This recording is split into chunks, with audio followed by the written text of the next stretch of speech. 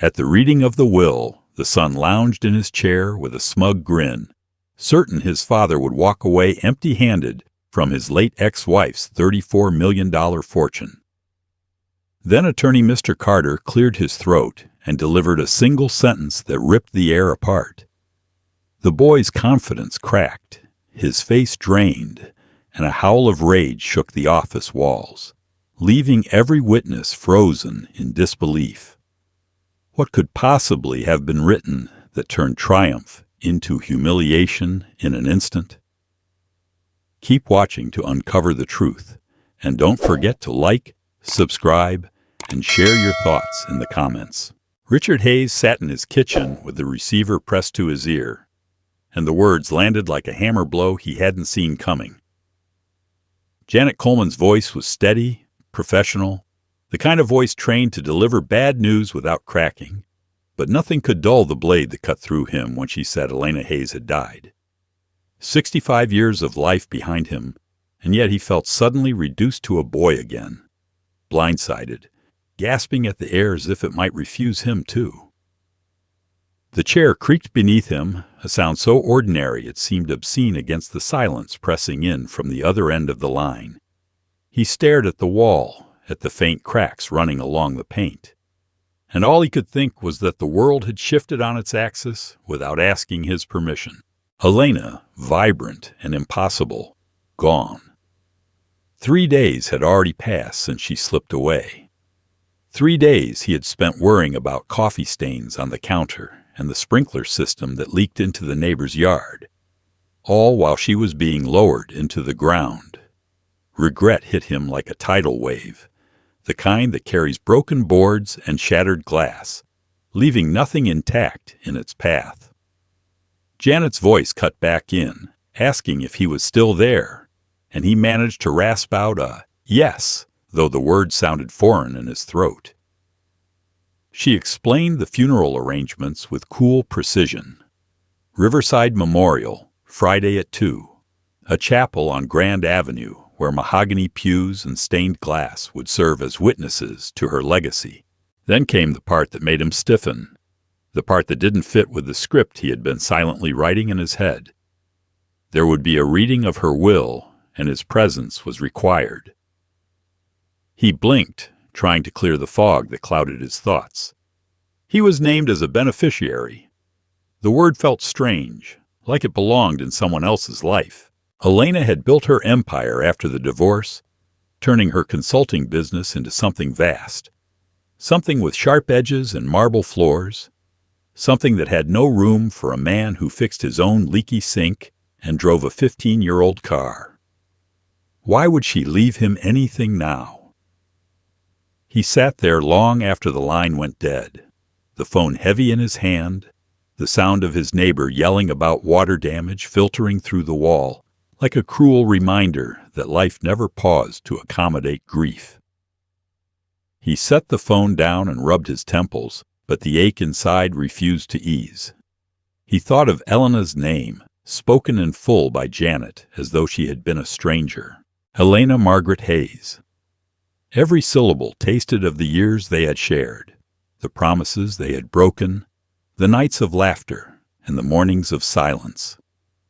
He thought of the first time he had seen her, wearing a red coat and fire in her eyes, and the way his heart had leapt at her refusal to bow to anyone's rules but her own. He thought of their wedding, sunlight burning across the sky, her whisper of forever brushing his ear as he slid the ring onto her finger. And then he thought of their unraveling, the way ambition had become a wall between them, her empire rising even as their marriage crumbled. Now she was gone, and all he felt was hollow and angry at himself for not knowing, for not calling, for letting 15 years of silence sit like a coffin between them while he pretended he was fine. He walked to the window and stared at the yard. The lemon tree needed pruning. The grass had grown uneven. The garden was stubborn in its demand for attention. But none of it mattered. All he could see was her face, the way her eyes had narrowed when she worked through a problem, The way she had laughed at his clumsy jokes when they were still in love. The way she had looked at him the last night before she said it was over. Eyes cold, mouth a line carved from stone. He had thought that was the end. But this phone call proved otherwise. The night dragged on, every tick of the clock puncturing the silence, every shadow on the wall reminding him that time had stolen her from him before he was ready.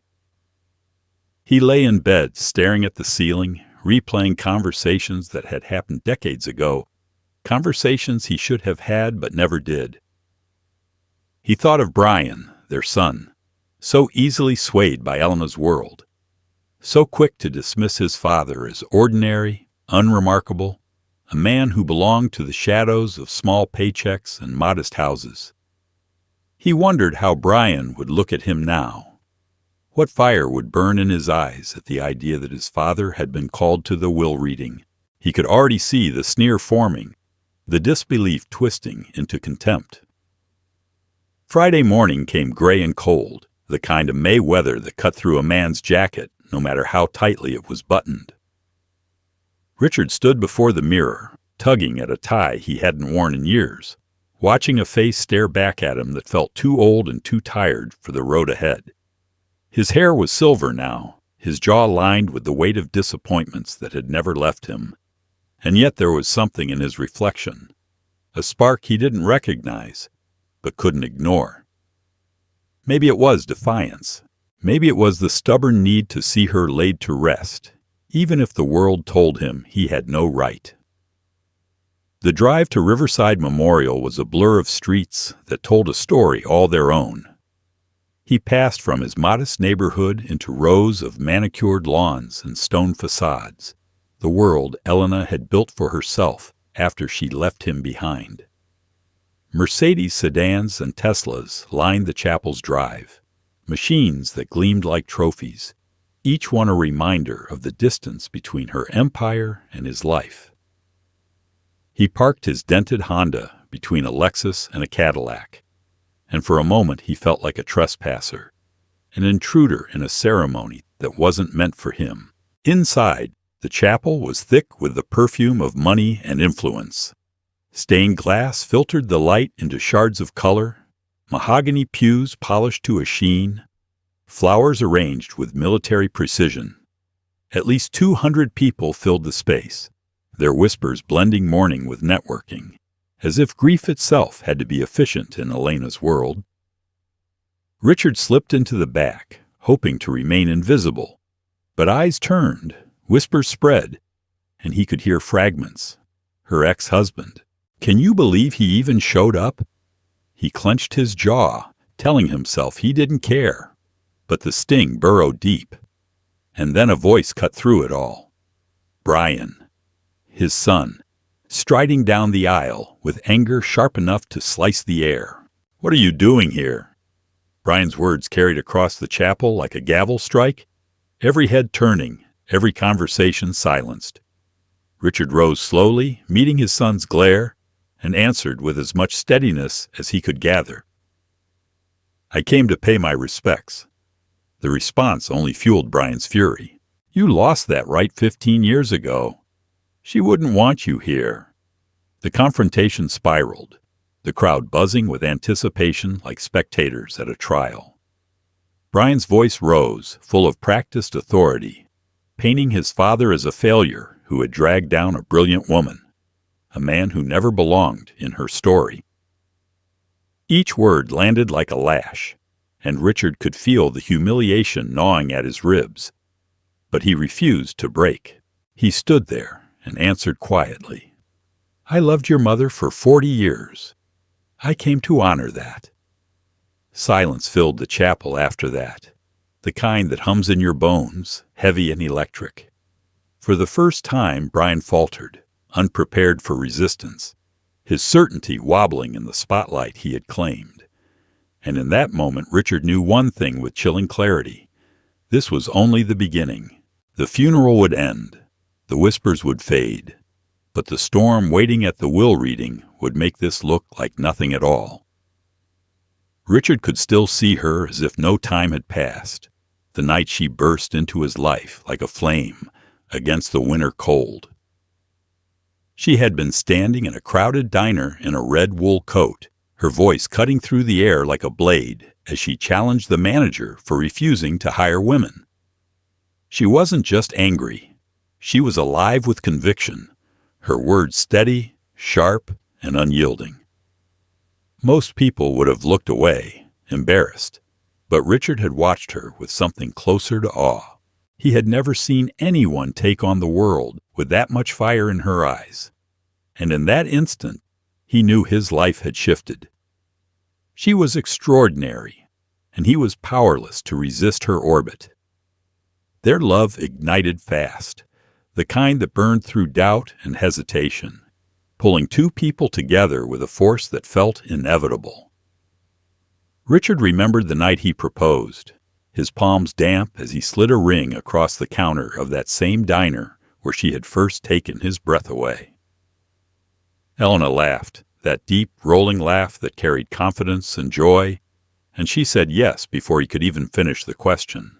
They married under a September sky so blue it seemed to promise eternity, and for a while, eternity felt within reach.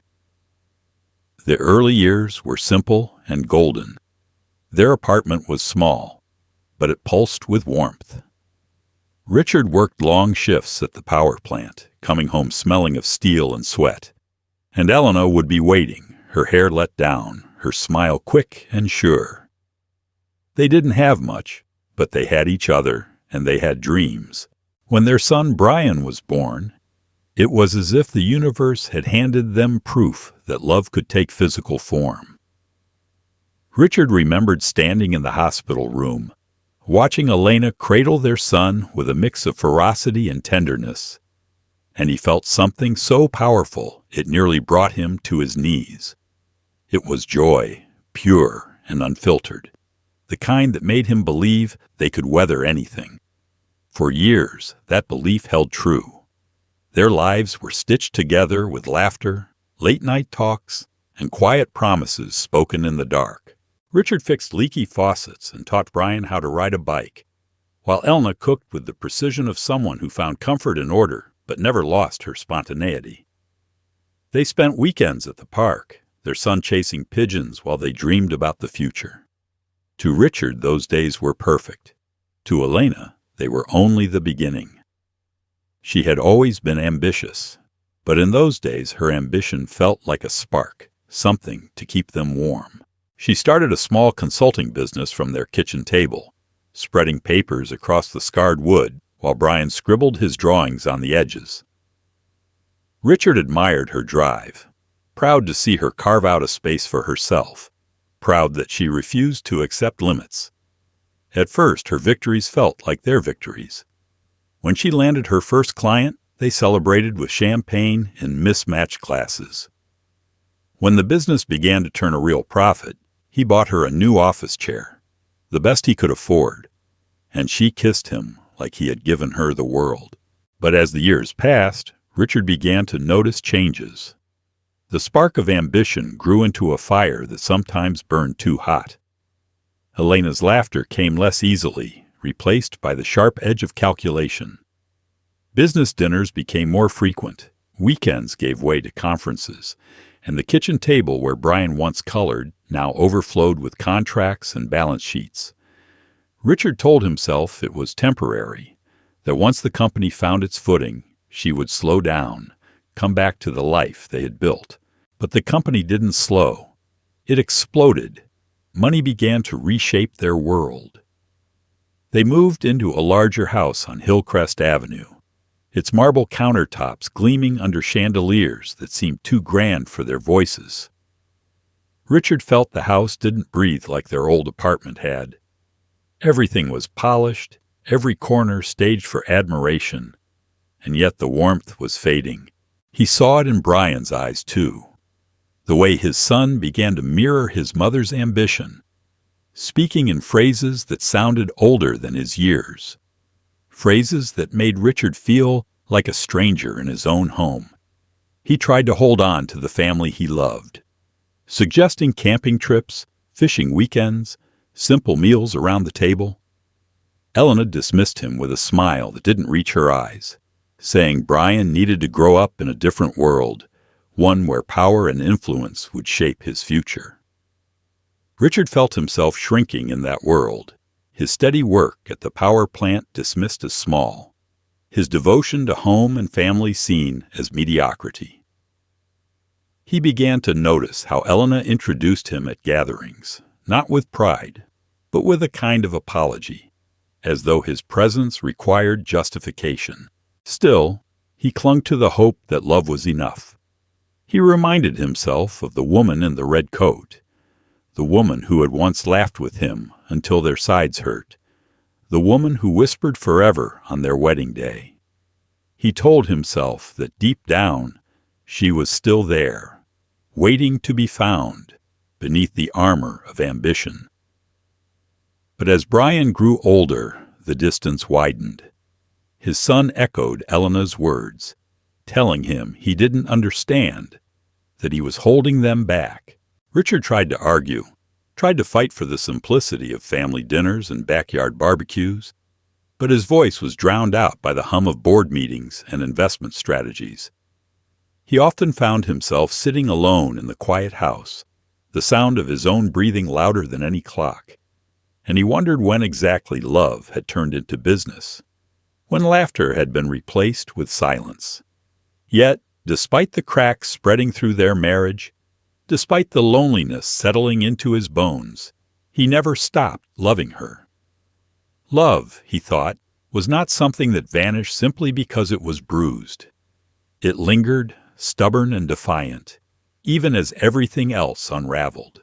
And now, decades later, sitting in his apartment with the weight of Janet Coleman's phone call pressing on him, Richard felt those memories rise up like ghosts. The fiery woman he had once adored, the family they had built, the joy of their son's first steps. All of it still lived inside him, refusing to be erased by years of distance or the bitterness of divorce.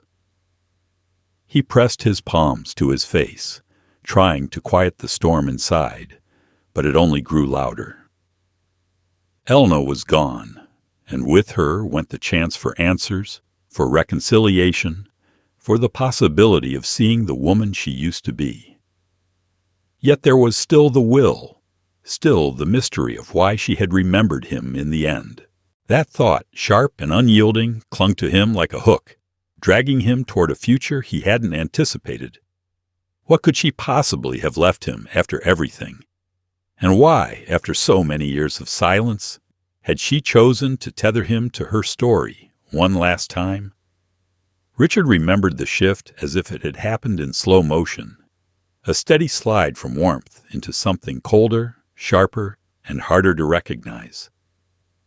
In the beginning, Elena's victories had felt like their victories. He had been proud, cheering her on as her consulting business grew from late nights at their kitchen table into something larger, more formidable. But success has a way of redrawing lines inside a marriage, and as Elena's empire expanded, Richard began to notice that he was no longer standing beside her. He was standing behind her, watching as she walked into rooms that seemed to close the door on him. The house they moved into on Hillcrest Avenue looked like something out of a glossy magazine, all vaulted ceilings and chandeliers that glittered with the light of wealth. Richard would sit at the dinner table, his hands rough from the day's work at the power plant, while Elena talked about contracts, projections, market shares. The conversation belonged to a world he didn't inhabit, a language he couldn't speak, and he felt himself shrinking each time her eyes flicked toward him with a look that seemed equal parts tolerance and apology. She had once introduced him as her rock, her anchor, but now he heard her describe him as the man who keeps the lights on, her tone edged with something that stung like pity. The gathering started small, but grew until they swallowed weekends whole. At first, it was dinners with colleagues, glasses of wine, and polite laughter, Brian slipping in and out of the room with a boy's restless energy.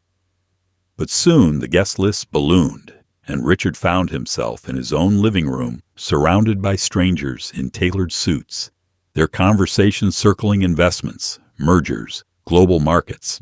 He would stand there in his best shirt, clutching a glass he didn't want, nodding at words that meant nothing to him. Every so often, he would try to join in, to make some small contribution, but his words fell flat, landing like stones in a pond that refused to ripple. It was at one of these dinners that he noticed the change in Brian. Their son was 12, perched at the edge of a leather chair, listening intently as one of Elena's clients explained a concept about stocks. Brian nodded with a seriousness that belonged to a man, not a boy. When Richard suggested later that they go fishing that weekend, Brian looked up from the sleek laptop Elena had given him and rolled his eyes, the gesture sharp and dismissive. "Dad," he said with a sigh, "you don't understand." Those 3 words cut deeper than any insult. Richard had wanted to believe that family moments still mattered, that his son still needed him. But in Brian's voice, he heard Elena's cadence, her ambition, her dismissal. The humiliation didn't come all at once.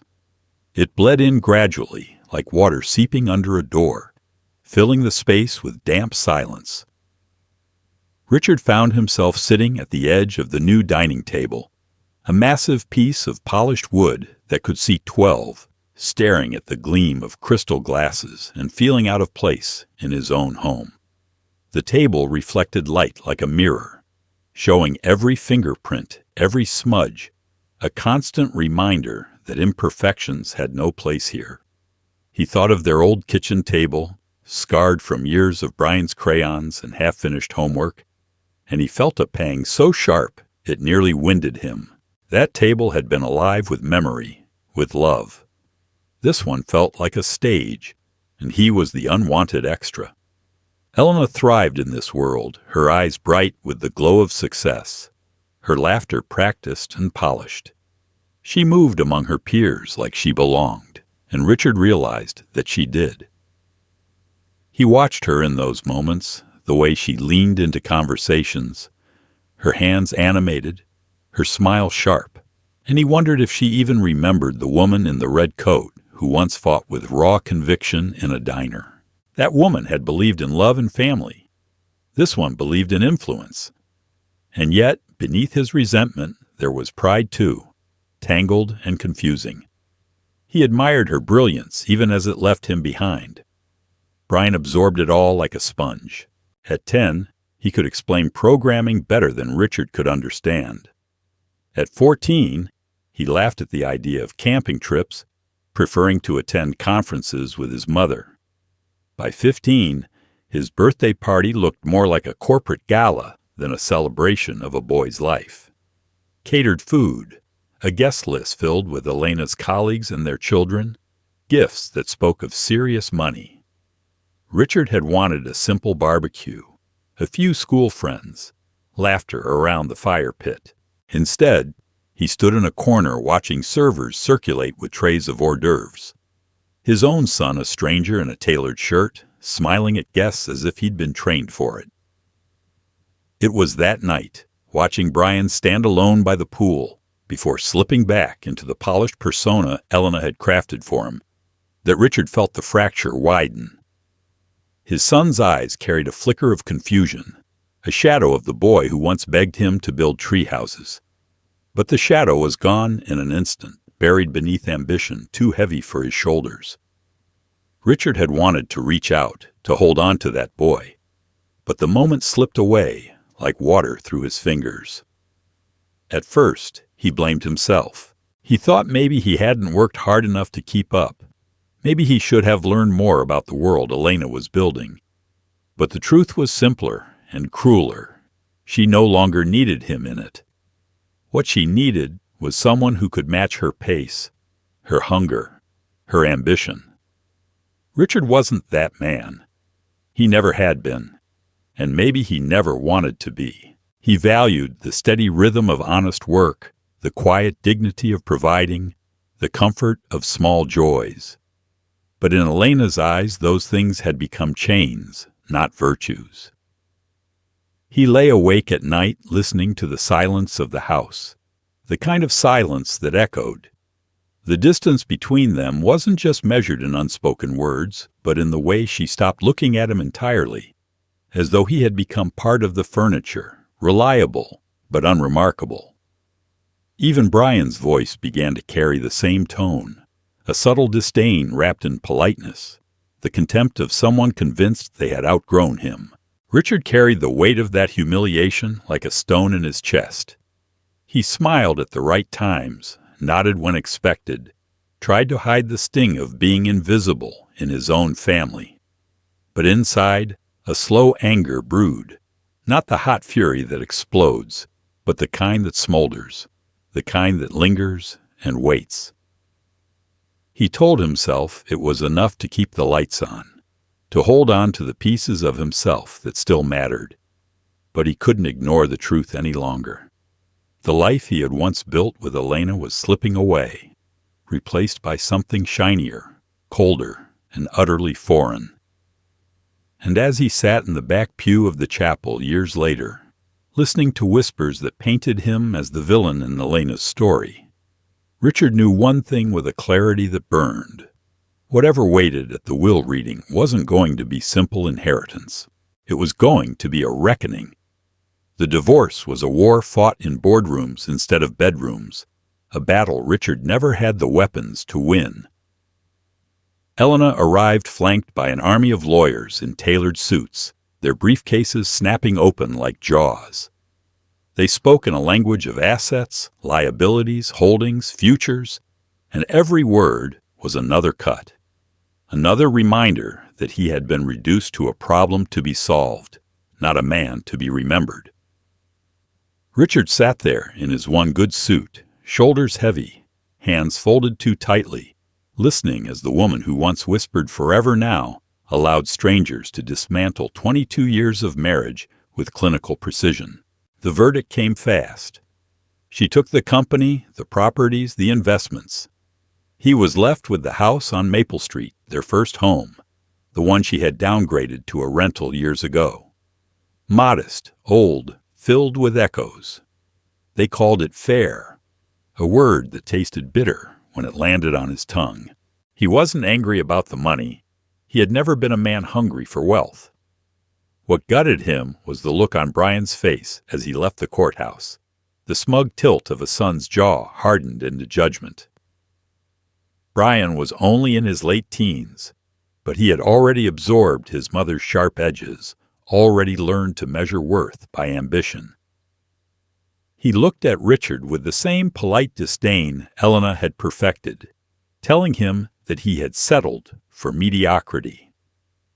The words struck like fists, not because they were true, but because they carried the weight of his son's belief.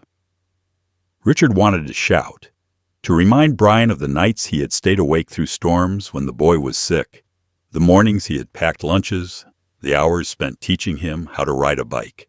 He wanted to carve those truths into stone so they couldn't be erased by Elena's empire.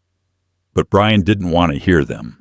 He had chosen his side, and in that choice, Richard became a relic.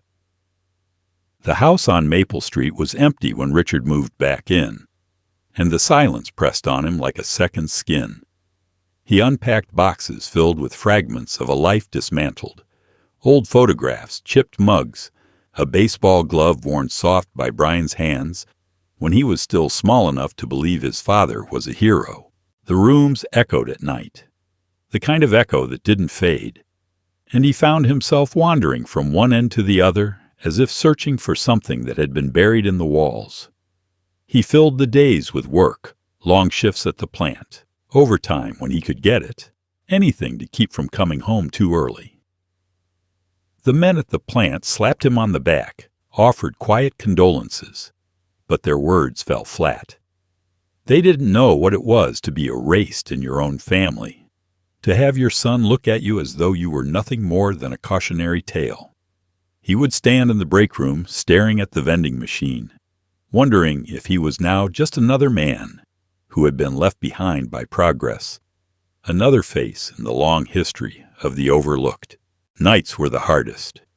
He sat at the old kitchen table, the one that still bore the scars of crayons and spilled milk, and he would stare at the chair across from him, remembering Elena's laugh, the way her eyes used to spark when she was younger, before success hardened them.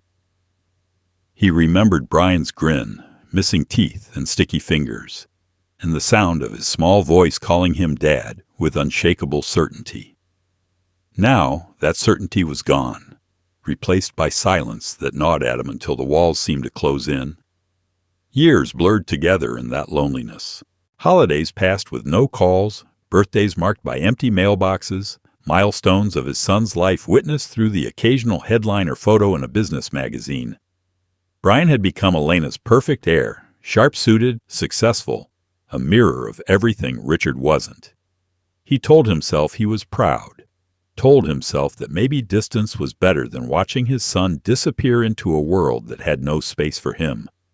But pride is a thin blanket against the cold, and each year the silence grew heavier. He tried once when Brian graduated from college. He drove to the ceremony, sitting in the back row with his tie too tight and his hands sweating, watching as his son strode across the stage to shake the dean's hand. For a moment, pride flared in his chest, warm and undeniable. But when the ceremony ended, Brian walked past him without a glance, disappearing into a circle of well-dressed strangers. Richard had stood there in the crowd, invisible, until the stream of people carried him out onto the street. He never tried again. The Maple Street house aged with him. The roof leaked, the wallpaper peeled, but he patched what he could, learning to live with imperfections the way he learned to live with his solitude. He planted a small garden in the backyard, tomatoes and peppers, something to nurture when no one else needed him. He spent evenings on the porch, a beer in hand, listening to the hum of the neighborhood, imagining lives behind the lit windows across the street. Sometimes he wondered if Elena ever thought of him, if she ever sat in her grand house with its chandeliers and marble counters and remembered the man who once loved her with everything he had. But mostly he wondered about Brian. He wondered if his son ever paused in the middle of a meeting, or while signing some deal worth more than Richard would see in 10 lifetimes, and thought about his father sitting alone in that house. He doubted it. And that doubt hollowed him further, carving lines into his face and etching bitterness into his bones. He told himself it didn't matter, that he had chosen dignity over wealth, that there was honor in being steady, in keeping the lights on while others chased fortune. But in the quietest hours of the night, when the house creaked and the wind pressed against the windows, the truth clawed its way back. He had been left behind, abandoned. Not just by Elena, but by the boy he had raised, the boy who once believed in him. And yet, as he sat in the back of the chapel years later, enduring the whispers that painted him as the villain of Elena's story, Richard felt something shift deep inside. Humiliation had followed him for so long it had become second nature.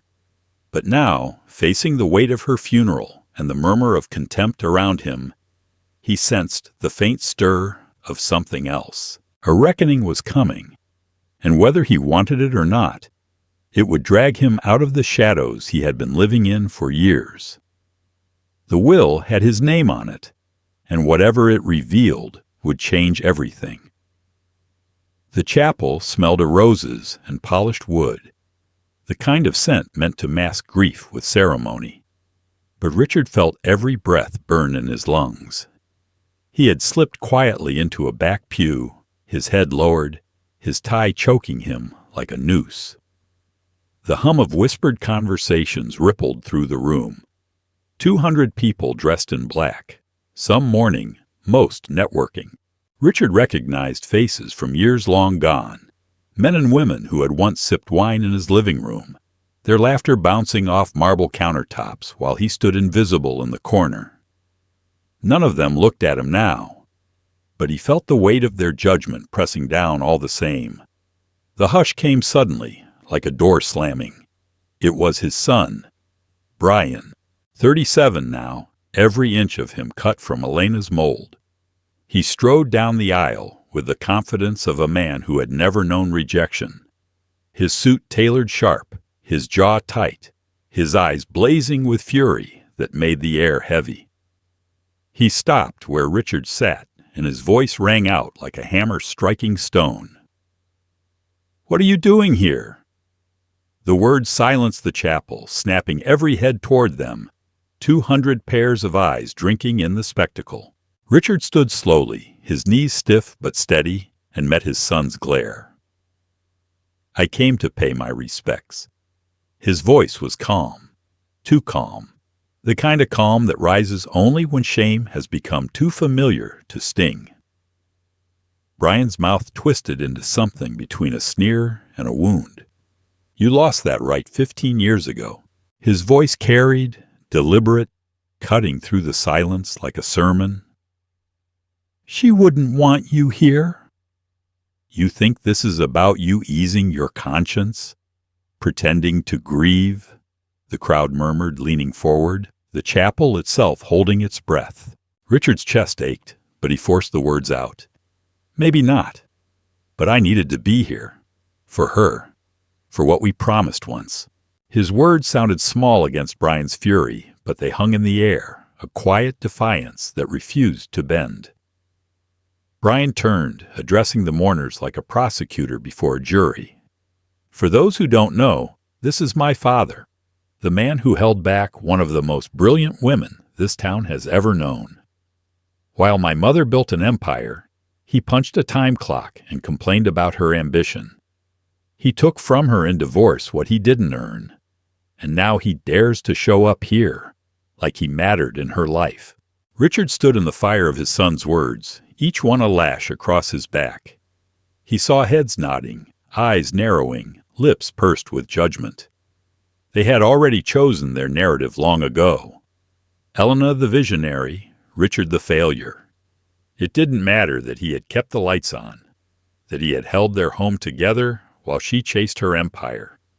To them, he was the weight she shed on her way to greatness. Heat climbed up his neck, shame pressing down. But still he stayed. He looked at Brian, at the anger carved into his face, at the contempt he carried like armor. And he spoke, his voice steadier than he expected. "I loved your mother for 40 years, 22 as her husband, 18 more as someone who wished her well, despite everything. I'm not here for recognition. I'm here because once she and I made promises that mattered, and I will honor that." The silence that followed stretched thin, a wire pulled taut. For the first time, Brian faltered. His jaw worked, but no words came. He hadn't expected resistance, hadn't expected the man he dismissed as irrelevant to stand his ground. The murmurs quieted, replaced by something sharper, curiosity laced with unease. The funeral director's voice finally broke the tension, announcing that the service would begin in 5 minutes.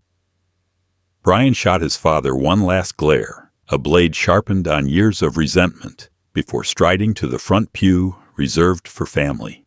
The congregation exhaled as if a curtain had been lowered on an unscripted play. Richard sat again, his hands trembling, but inside something had shifted. Humiliation still lingered, but beneath it, deeper, was a flicker of defiance he hadn't felt in years. He had stood his ground in front of everyone who dismissed him, and though it changed nothing in their eyes, it changed something in his own. The service began, voices rising in song, eulogies delivered in polished tones that painted Elena as a visionary who had conquered every obstacle. Richard listened, absorbing every word, but his mind drifted. He thought of the nights they had shared in their first apartment, the way she had once laughed with abandon, the way she had once whispered forever. Those memories did not belong to the crowd. They belonged to him. When the service ended, he waited until the room thinned before standing. He was reaching for his jacket when a man in an expensive suit approached, hand extended, eyes sharp behind wire-rimmed glasses. Mr. Hayes, I'm Daniel Carter. We need to talk about Elena's estate. Richard blinked, the words pulling him back into the present, into the storm that still lay ahead. He felt the eyes of the few remaining mourners burning holes in his back, felt Brian's presence like a shadow at the front of the chapel, but his gaze stayed on the lawyer. Whatever humiliation he had endured today was only the beginning. The reckoning would come in that lawyer's office, and it would either bury him or drag his son into the fire with him. The office smelled faintly of leather and old wood, the kind of place designed to make power feel permanent. Richard sat stiffly in a dark leather chair, its arms too wide, its polish too heavy, as though even the furniture had been built for men who carried influence. Across from him, Brian leaned forward, elbows on his knees, his tailored suit catching the afternoon light slanting through tall windows. He looked like he belonged there, sharp, confident, impatient, the heir apparent to an empire he believed was already his. Richard sat slightly to the side, the position of a man accustomed to being peripheral, a man who had learned to fade, so others could shine. Mr. Carter adjusted his glasses and cleared his throat, a deliberate pause that filled the silence with anticipation. He opened a thick folder, its pages crisp and neat, and began to read in a steady cadence. To my beloved son, Brian Hayes, I leave the family home on Hillcrest Avenue with all its furnishings, along with the sum of $500,000. Brian's lips curved in satisfaction, a quick flicker of triumph crossing his face. The Hillcrest house alone was worth nearly $1 million, and $500,000 in cash was nothing to dismiss. His eyes gleamed as though the crown had been set upon his head. But then Carter's voice continued, flat and precise. This inheritance is contingent upon Brian's continued employment with Hayes Consulting for a minimum of 2 years, or until such time as the company is sold or dissolved. The words landed like stones in still water. Brian straightened, his smile faltering at the edges. Conditions? The word cracked from his mouth, his tone rising, impatient. What do you mean sold? Who would sell it? Carter did not flinch. I am reading as written. These are your mother's words, not mine.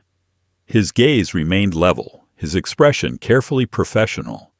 But Richard felt something shift in the room, attention creeping in like a draft through old windows. Brian's posture twitched, confidence beginning to fray, his hands tightening and loosening in restless fists. Richard watched in silence, his heart pounding harder with every word. He had walked into this office convinced his presence was nothing more than a formality, some line in the will meant to clear debts or settle old details. He had expected to sit quietly, nod, and leave. But the air had thickened, charged, and Carter's measured voice carried something heavier now, something poised to detonate. The lawyer's eyes flicked from Brian to Richard before returning to the page. To my former husband, Richard Hayes. The name fell into the room with the weight of an axe. Brian's head snapped toward his father, disbelief written across his face. Richard froze, his pulse roaring in his ears. Carter read on. I bequeath the sum of $33.5 million, along with controlling interest in Hayes Consulting, including subsidiary companies, real estate holdings, and business assets. The room tilted, reality bending under the gravity of the words. Richard's mouth fell open, the sound that left him barely more than a breath. 33 million. Controlling interest. It didn't belong in his world of patch roofs and second-hand jackets. It belonged to Elena, to Brian, to the empire built on long nights and ruthless ambition. Not to him. Brian's face drained, then flushed, the blood rushing in waves of disbelief and fury. What? His voice cracked, loud enough to rattle the glass in the frames behind Carter's desk. What did you just say? Carter remained composed, the consummate professional. These documents were prepared under Mrs. Hayes' direct supervision. She reviewed every word. She was of sound mind. No. No, this is impossible. Brian shot to his feet, the legs of his chair scraping back with a violent screech. His gaze bore into his father, eyes wide with rage. You did this. You manipulated her. You got to her when she was weak. Richard shook his head, his voice breaking. I haven't spoken to her in 15 years. I didn't. Liar. Brian slammed his fist against the edge of the desk, papers scattering like startled birds. You expect me to believe she just handed you everything? After all the years she spent building this company? After all the nights she sacrificed? She wouldn't. She couldn't. Carter raised his voice just enough to cut through the chaos. Mr. Hayes, your mother underwent a thorough mental competency evaluation before executing these documents. There is no mistake. Richard sat frozen, barely breathing, still struggling to comprehend what had been handed to him. Why would she do this? The question slipped from his lips, hoarse, ragged. Carter's gaze softened just slightly, the faintest crack in his lawyer's armor. She left a message to explain, he said, his hand resting on an envelope marked in Elena's handwriting. Brian's laugh was jagged, broken. A message. She left him a message. Not me. Him. He pointed at Richard, his hand shaking with fury. All my life, I worked to be what she wanted. I lived in her shadow. I carried her name. I became everything she asked. And she leaves it to the man who dragged her down? The rage in his voice filled the room. But beneath it, Richard heard something else. An edge of desperation. A hollow wound that ambition had never healed. Brian's face twisted, his voice nearly breaking as he shouted again. She betrayed me. Carter lifted the envelope, his tone final, commanding. Enough. Before this goes further, you should hear what she had to say. The room went still, the weight of Elena's absence pressing against them all, her voice waiting on the page. Richard's chest tightened, his hands trembling against his knees. He didn't know what the letter would contain, what truths it would carve open. But he knew one thing with chilling certainty. Whatever words waited inside that envelope would change everything again. The silence in the office felt alive, vibrating with the weight of words that had just been spoken. Richard sat frozen in his chair, staring at Mr. Carter as though the lawyer had suddenly grown another head, $33.5 million. Controlling interest in Hayes Consulting. It was absurd, impossible, a cruel joke told in a room that smelled of leather, dust, and power. His mind refused to catch up, stumbling over the numbers, the implications, the sudden thrust of responsibility he had never asked for. His pulse thudded in his ears, drowning out everything else. Across the desk, Brian looked like a man struck by lightning. The smug confidence that had cloaked him like armor cracked wide open, leaving raw disbelief in its place. His lips parted soundlessly before his face twisted into something feral, the polished air giving way to the wounded boy still clawing for his mother's approval. He shook his head violently, his voice erupting with rage. No, this isn't real. She wouldn't do this. She wouldn't. Mr. Carter's voice remained steady, practiced, clinical. There is no mistake. These provisions were executed properly and under strict supervision. Your mother knew exactly what she was doing. Brian's eyes snapped toward Richard, fury blazing hot enough to burn. You did this. Somehow you got to her. You poisoned her against me. The words cracked through the air, sharp and venomous. Each syllable spat with years of contempt. Richard opened his mouth, but his throat was dry, his voice weak.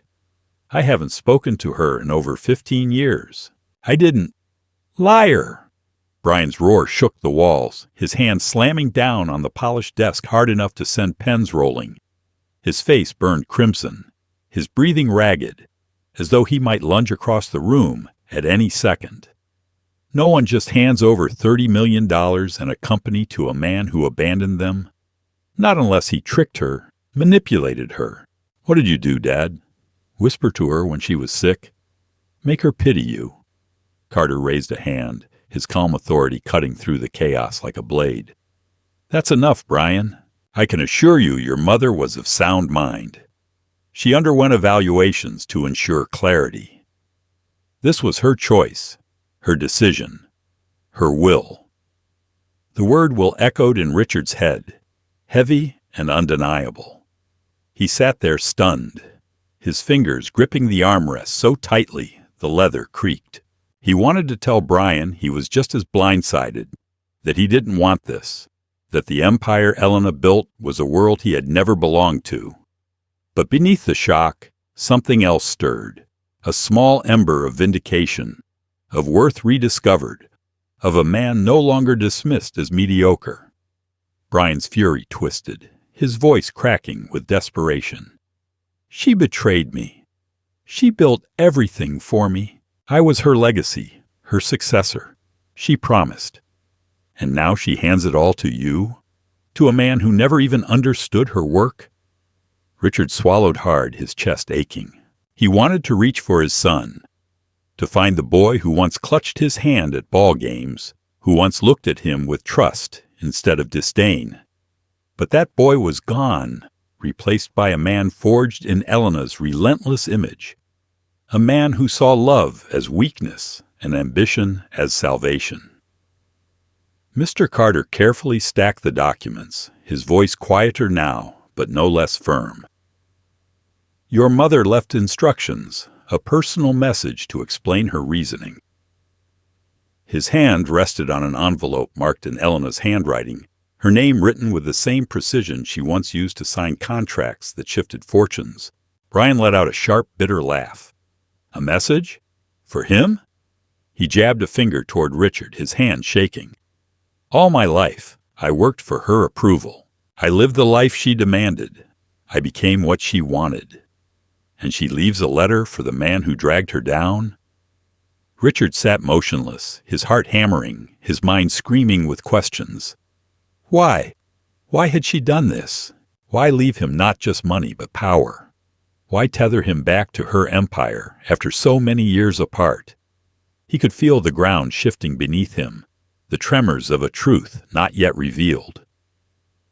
Brian's voice rose again, louder, harsher, his fury spilling into the corners of the room.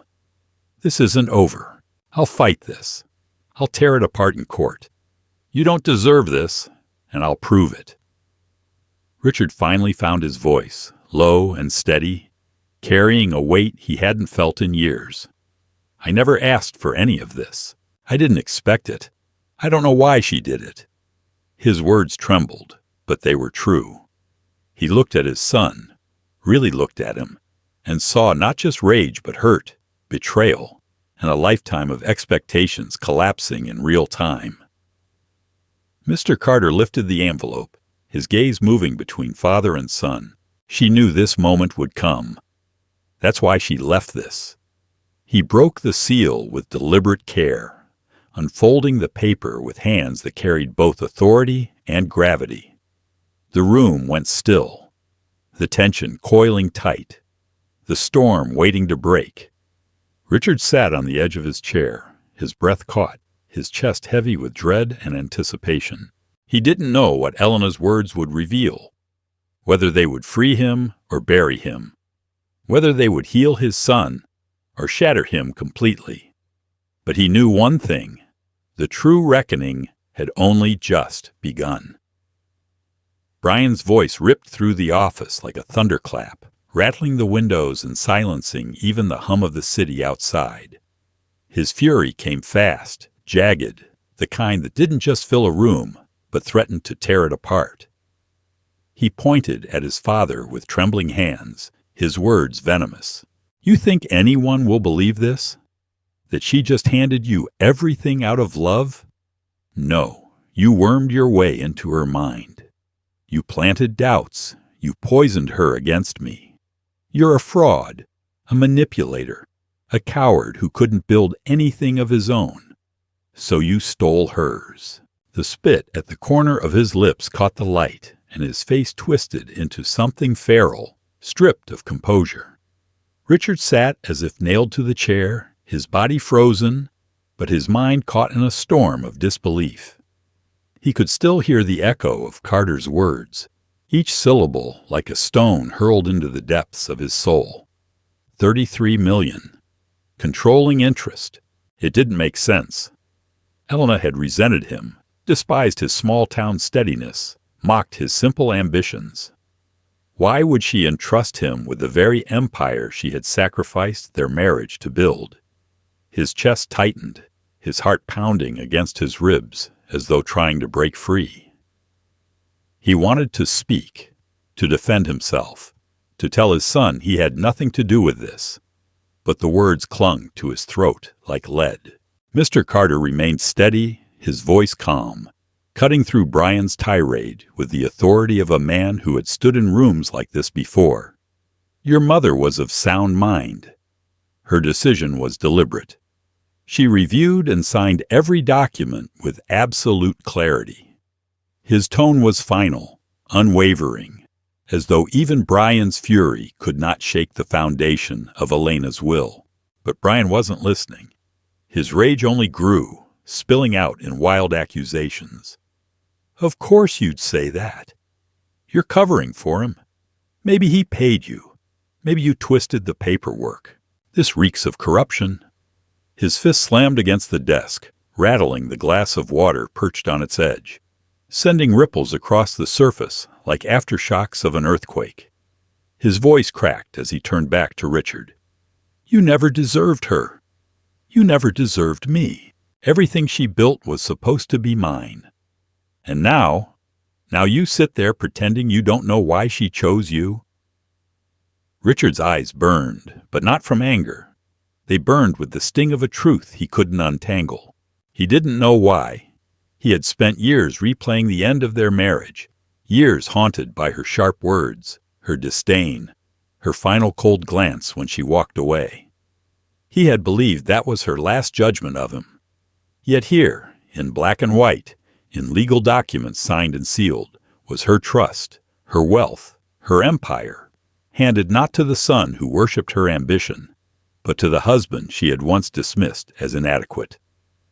The contradiction was unbearable, pressing down on him until he felt smaller than he had ever been. Brian's face twisted with grief disguised as fury, his voice breaking even as it rose. She saw you as weak, as a burden. She told me that. Do you hear me? She told me you were nothing, and now you expect me to believe she wanted you to run her company? You don't even know how to read a balance sheet. The words landed like blows, and Richard let them, absorbing each one without defense. Because deep down, he agreed.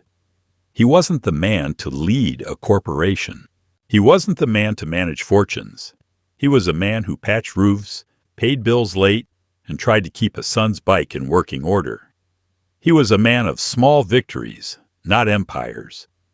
But Elena had chosen him, and that truth unsettled him more than Brian's rage.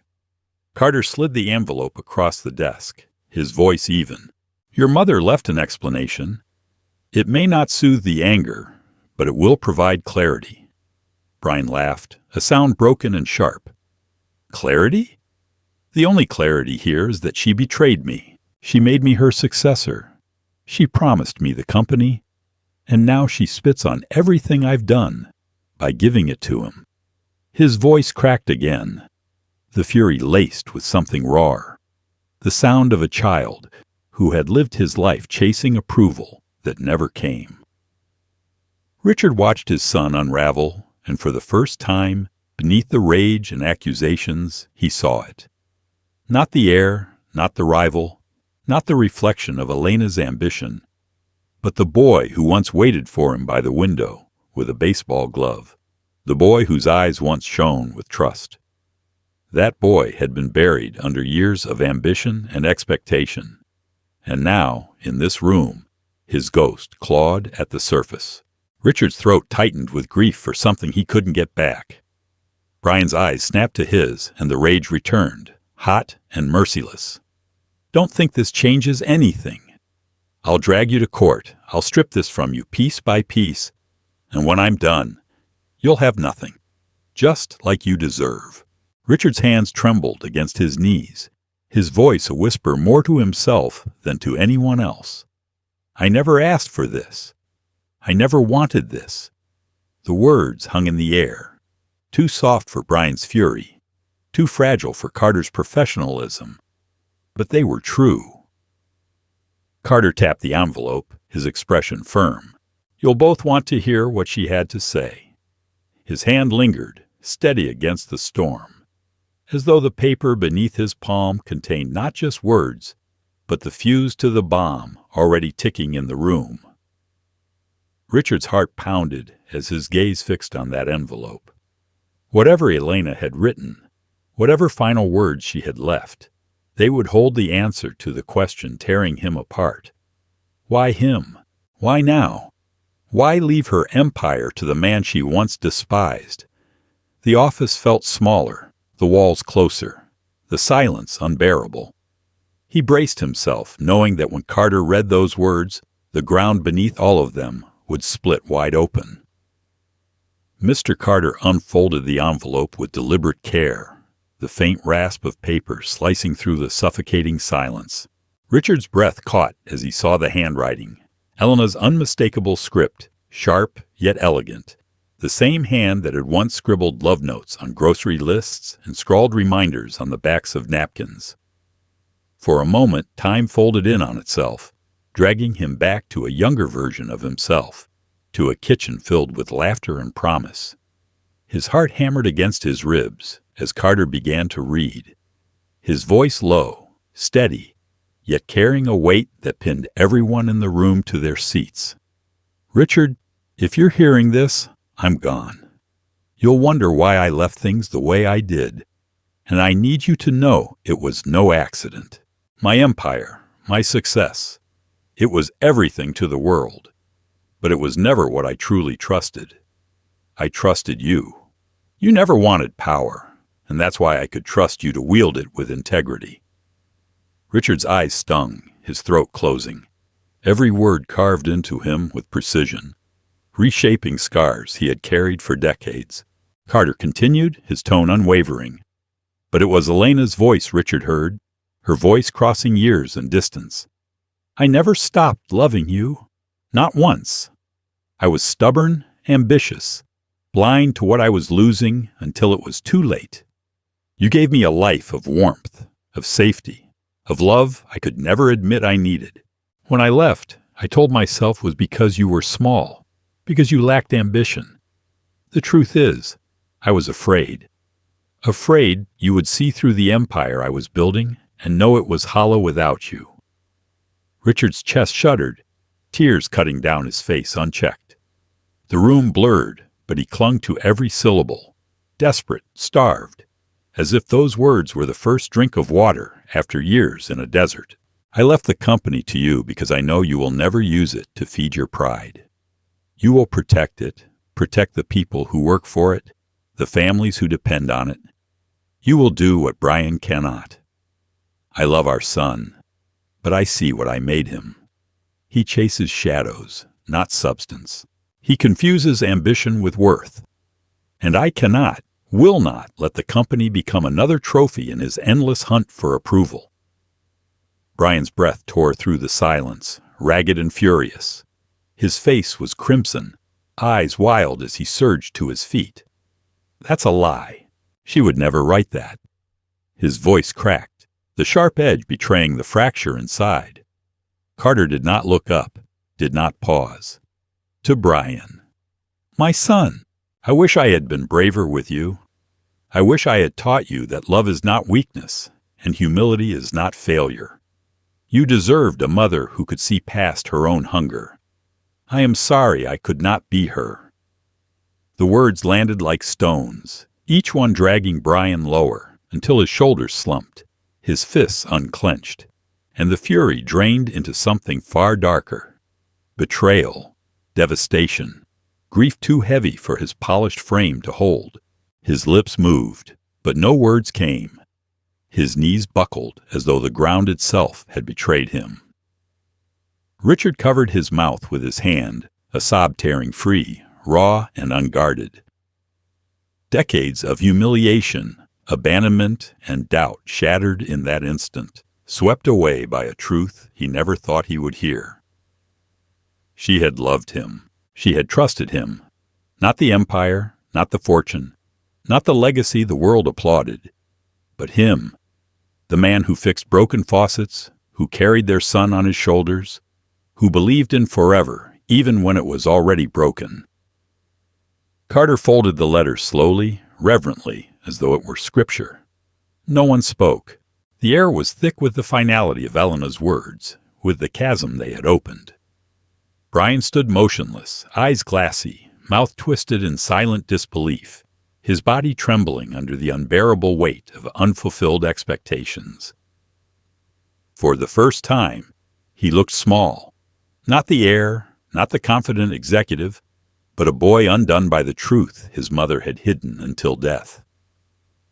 Richard sat slumped in his chair, tears streaking his lined face, but for the first time in years, he didn't feel diminished. He felt seen, vindicated, restored. Elena's empire might have been built of steel and stone, but her final act had been made of something stronger, trust, and she had placed it in his hands. The clock ticked on the wall, steady and merciless, but Richard no longer heard it. He heard only Elena's voice, echoing through the hollow spaces of his soul, filling them with something he thought he had lost forever. Not money, not power, but the knowledge that love had not abandoned him, even when she had. Brian turned, his steps uneven, his breathing ragged, and stormed out of the office without another word. The door slammed behind him, the sound reverberating like a gunshot. Richard did not follow. He sat still, staring at the folded letter on the desk, his tears drying into lines of salt on his skin. He knew the fight was not over, that Brian would challenge, rage, claw at the inheritance like a wounded animal. But none of it could take away what mattered. The truth was his. Richard stood slowly, his knees stiff, but his spirit unbroken. He nodded once to Carter, who inclined his head in quiet respect. The letter felt heavier than any fortune, heavier than the company itself, but it was a weight he was ready to carry. As he stepped out into the late afternoon light, the world looked different.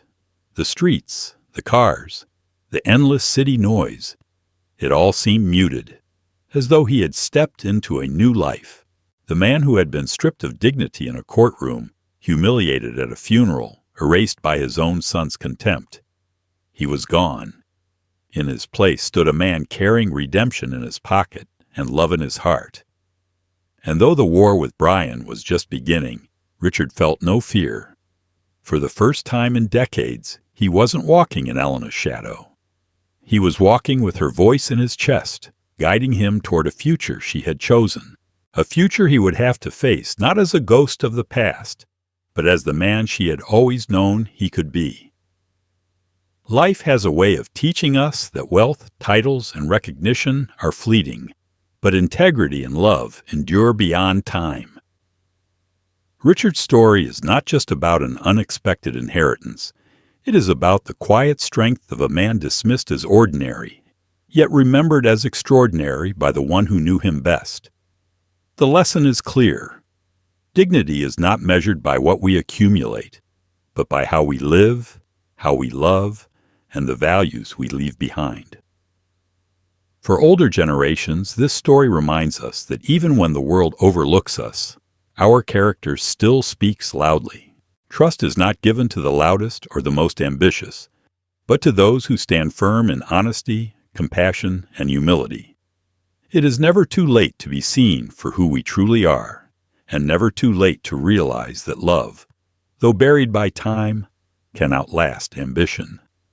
Hold on to your values, cherish your memories, and remember that the true legacy we leave is not in fortunes, but in the lives we touch. If this story spoke to your heart, share your thoughts below. Subscribe for more powerful stories, and let others know that integrity never goes out of style.